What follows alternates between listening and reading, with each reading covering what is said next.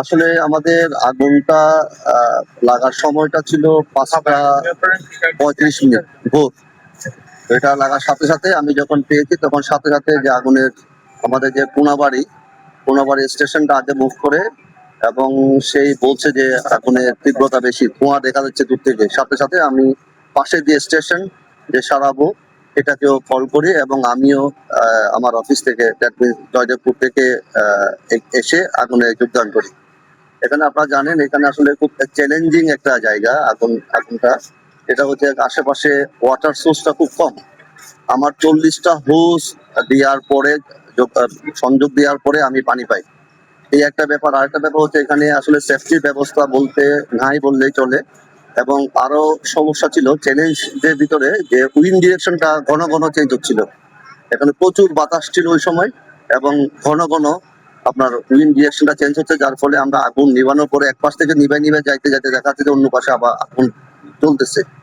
তো মোটামুটি আলহামদুলিল্লাহ আমরা 9টা 15 মিনিটে আগুনটা নির্বাপন দিই এবং নিয়ন্ত্রণ দিই, এবং মোটামুটি এই পর্যন্ত এখন ড্যাম্পিং ডাউন অবস্থায় আছে।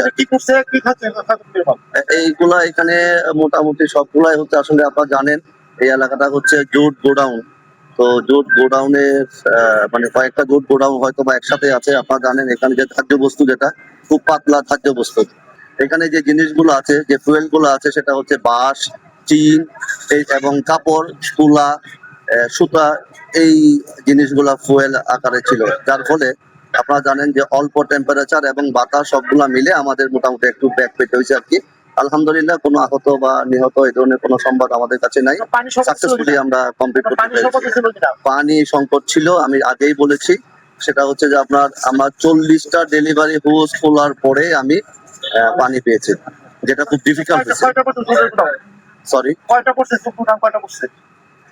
এটা আসলে বোঝা মুশকিল। এখানে ওনাদের যে বাউন্ডারি গুলা টিনের এবং আপনার বাঁশের, যার ফলে বোঝা মুশকিল। আমরা ধারণা করছি 3-4টা হয়তো মানে গোডাউন একসাথে থাকতে পারে।